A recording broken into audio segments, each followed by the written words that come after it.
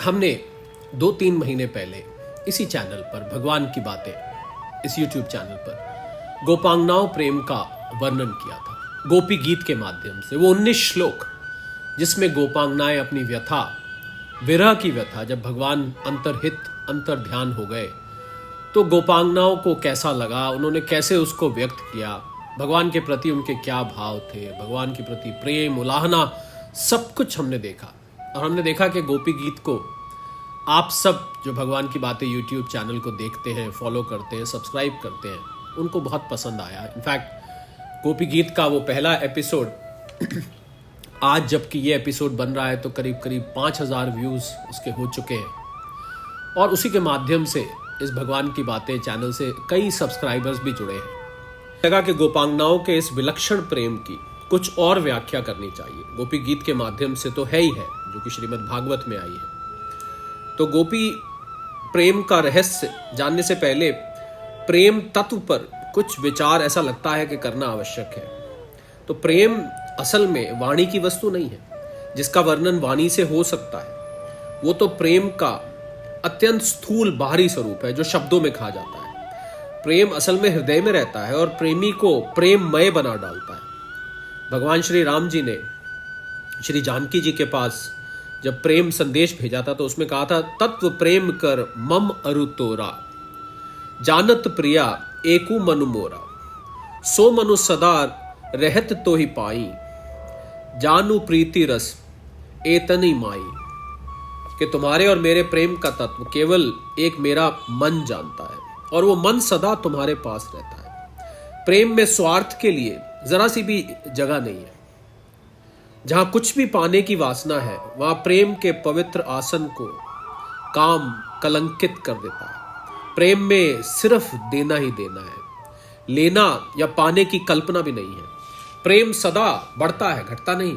प्रेमी कभी ये मान ही नहीं सकता कि मुझ में पूरा प्रेम है। ये प्रेम की एक बड़ी अनोखी अवस्था है। वो सदा अपने में त्रुटि ही देखता रहता है। उसको लगता है मेरे में अभी कमी है। और अनन्य भाव से प्रेमास्पद के प्रति सदा हृदय को आकृष्ट रखता है। गुण देखकर या किसी आशा से जो प्रेम होता है वो तो गुणों का हास देखते ही अथवा आशा भंग की आशंका होते ही घटना शुरू हो जाता है या नष्ट हो जाता है। वो वास्तव में प्रेम नहीं है। वहां काम ही प्रेम के नाम पर राज्य कर रहा है। ऐसा भ्रम लगता है कि वो प्रेम है।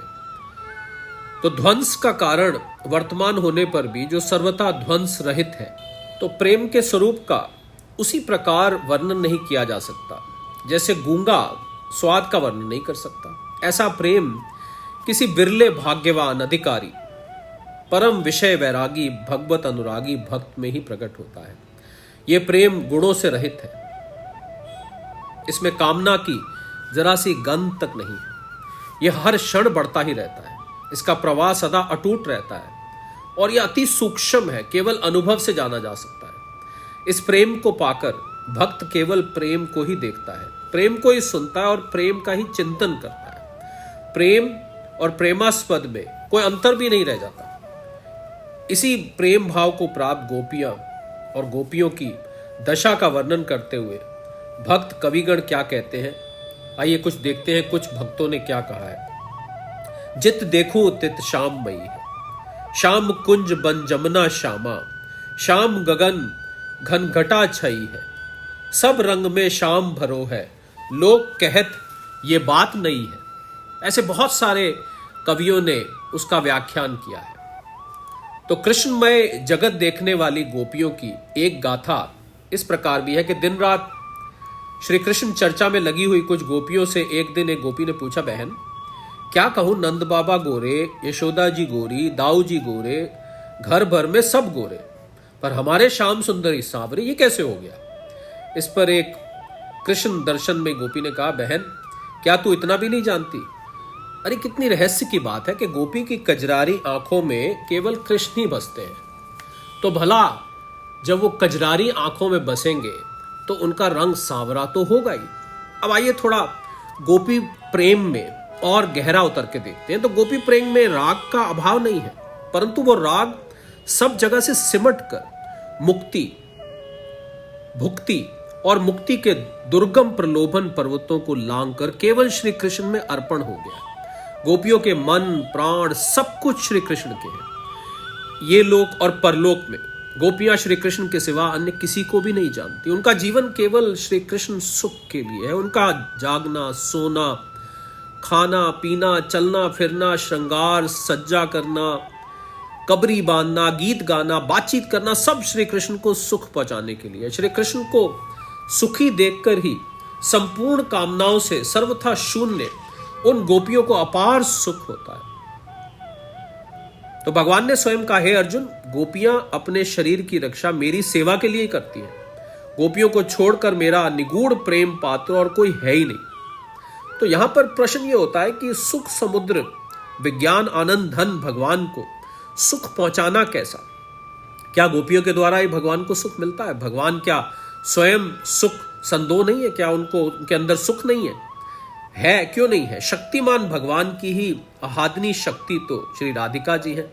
वे इस शक्ति को अपने वंशी ध्वनि द्वारा सदा अपनी ओर खींचते रहते हैं। भगवान की वो शक्ति स्वाभाविक ही अपनी सारी अनुगामी अंग शक्तियों सहित सदा सर्वदा भगवान की ओर खिंचती रहती है और भगवान उस आह्लाद को पाकर पुनः उसे उन्हीं शक्तियों को प्रेम भक्तों को बांट देते हैं। भक्त भगवान की बांसुरी ध्वनि, भगवान का आवाहन सुनकर घर द्वार की सुधि भुलाकर प्रेम मक्त होकर अपना सर्वस्व नछावर कर भगवान को सुखी करने के लिए दौड़ता है। भगवान उसकी दी हुई सुख की भेंट को स्वीकार करते हैं और फिर उसी को लौटा देते हैं। दर्पण में अपनी शोभा भरकर दर्पण को शोभा युक्त बनाने वाला पुरुष उस शोभा को स्वयं ही वापस पा जाता है और वो सुख लौटकर उसी को मिलता है। ये इसका उदाहरण है। इसी प्रकार परम सुख सागर भगवान गोपियों के सुख की भेंट को स्वीकार कर उनकी इस कामना को कि कृष्ण हमें देखकर हमारी सेवा स्वीकार करें, हमारे साथ खेल कर सुखी हो, वो पूरी कर देते हैं। भगवान सुखी होते हैं और वो सुख अपरिमित रूप से बढ़ाकर उन्हीं को दे देते हैं। गोपियों के प्रेम की यही विशेषता है कि गोपियों को निज सुख की कामना रत्ती भर भी नहीं है। उनके मन में अपने सुख के लिए कल्पना ही नहीं होती। वे तो अपने द्वारा श्री कृष्ण को सुखी हुए देखकर ही दिन रात सुख समुद्र में डूबी रहती है। गोपियों का प्रेम काम कालिमा शून्य है। वो निर्मल भास्कर है, सर्वथा दिव्य है, अलौकिक है। श्री चैतन्य चरितामृत में काम और प्रेम का भेद बतलाते हुए कहा कि काम और प्रेम में बड़ा ही अंतर है। हम विषय विमोहित जीव काम को ही प्रेम मानकर पाप में फंस जाते हैं। काम जहर मिला हुआ मधु है, प्रेम दिव्य स्वर्गीय सुधा है। काम थोड़ी देर में दुख के रूप में बदल जाता है। प्रेम की प्रत्येक कसक में ही सुख सुधा का स्वाद मिलता है। काम में इंद्रिय तृप्ति, इंद्रिय चरितार्थता, प्रेम में तन्मयता, प्रियतम सुख की नित्य प्रबल आकांक्षा है। काम में इंद्रिय तृप्ति सुख रूप दिखने पर भी परिणाम में दुख रूप है। प्रेम सदा अतृप्त होने पर भी नित्य परम सुख रूप है। काम खंड है, प्रेम अखंड है। काम क्षयशील है, प्रेम नित्य वर्धनशील है। काम में विषय तृष्णा है, प्रेम में विषय विस्मरण है। काम का लक्ष्य विषय है, आत्म तृप्ति है। प्रेम का विषय पूर्ण त्याग है और चरम आत्म विस्मृति है। यथार्थ प्रेम से ही काम का नाश होता है। यद्यपि प्रेमी अपने प्रेमास्पद को सुख पहुंचाने की इच्छा को कामना ही मानता है और समस्त इंद्रियां, मन और बुद्धि एकमात्र प्रेम मुखी होने से उसे कामना ही कहते हैं, परंतु वो शुद्ध प्रेम यथार्थ में काम नहीं है। एक गौतमीय तंत्र में कहा है कि गोपियों के प्रेम का नाम काम होने पर भी वो असल में काम नहीं किंतु शुद्ध प्रेम है। महान भगवत भक्त उद्धव सरीखे महात्मा इसी काम नामक प्रेम की अभिलाषा करते हैं, क्योंकि गोपियों में निजेंद्रिय सुख की इच्छा तो है ही नहीं। वे तो भगवान श्री कृष्ण को साक्षात भगवान समझकर ही अपने सकल अंगों को संपूर्ण रूप से अर्पण कर उन्हें सुखी करना चाहती है। श्री चैतन्य चरितामृत में विषय आसक्ति शून्य श्री कृष्ण गत प्राणा गोपियों के संबंध में कहा है कि अपने तन मन धन रूप यौवन लोक परलोक सबको श्री कृष्ण की सुख सामग्री समझकर श्री कृष्ण सुख के लिए शुद्ध अनुराग करना ही पवित्र गोपी भाव है। इस गोपी भाव में मधुर रस की प्रधानता है। रस 5 है, शांत रस है, दास्य रस है, सख्य रस है, वात्सल्य रस है और माधुर्य रस है। लौकिक और ऐश्वर्य दिव्य भेद से ये पांचों रस दो प्रकार के, अर्थात एक लौकिक प्रेम की उपयुक्त 5 प्रकार का है और दिव्य प्रेम भी 5 प्रकार का है, परंतु इन पांचों में मधुर रस कांता प्रेम सबसे ऊंचा है, क्योंकि इसमें शांत, दास, साख्य, वात्सल्य ये चारों रस इसमें मौजूद रहते हैं, विद्यमान रहते हैं। ये अधिक गुण संपन्न होने से अधिक स्वादिष्ट है, इसलिए इसका नाम मधुर है। इसी प्रकार दिव्य प्रेम में भी कांता प्रेम, मधुर रस ही सर्वप्रधान है। शांत और दास्य रस में भगवान ऐश्वर्यशाली है, मैं दीन हूं, भगवान स्वामी है, मैं सेवक हूं, ऐसा भाव रहता है। इसमें कुछ अलगाव सा है, भय है, संकोच है, परंतु साख्य, वात्सल्य और माधुर्य में भगवान अधिकाधिक निज जन है, अपने प्यारे हैं, प्रियतम है। इनमें भगवान ऐश्वर्य को भुलाकर, विभूति को छिपाकर सखा, पुत्र या कांत्र रूप से भक्त के समान या उसके सामने सदा प्रकट रहते हैं। इन रसों में प्रार्थना कामना है ही नहीं। अपने निज जन से प्रार्थना कैसे? उसका सब कुछ अपना ही तो है। इनमें भी कांता भाव सर्वप्रधान है। कांता भाव में पिछले दोनों रसों का, साख्य और वात्सल्य का पूर्ण समावेश है। यहां भगवान की सेवा खूब होती है, इतनी होती है कि सेवा करने वाला भक्त कभी थकता ही नहीं, क्योंकि वो मालिक की सेवा नहीं है, प्रियतम की सेवा है। प्रियतम के सुखी होने में ही अपार सुख है। जितना सुख पहुंचे उतना ही थोड़ा, क्योंकि प्रियतम को जितना अधिक सुख पहुंचता है उतने ही अपार सुख का अनुभव उसे सुख पहुंचाने वाली प्रेममयी प्रियतमा को होता है। यह कांता भाव भी 2 प्रकार का है, स्वकीया और परकीया। लौकिक कांता भाव में परकीया भाव त्याज्य है, घृणित है, क्योंकि उसमें अंग संग रूप काम वासना रहती है और प्रेमास्पद जार मनुष्य होता है। परंतु दिव्य कांता भाव में, परमेश्वर के प्रति होने वाले कांता भाव में परकीया भाव ग्राह्य है। वहां सौकिया से श्रेष्ठ है, क्योंकि इसमें कहीं अंग संग या इंद्रिय तृप्ति की आकांक्षा ही नहीं है। प्रेमास्पद जार पुरुष नहीं है, स्वयं विश्व आत्मा भगवान है, पति पुत्रों के और अपने सबके आत्मा परमात्मा है। इसलिए यह गोपी प्रेम में परकीया भाव माना जाता है।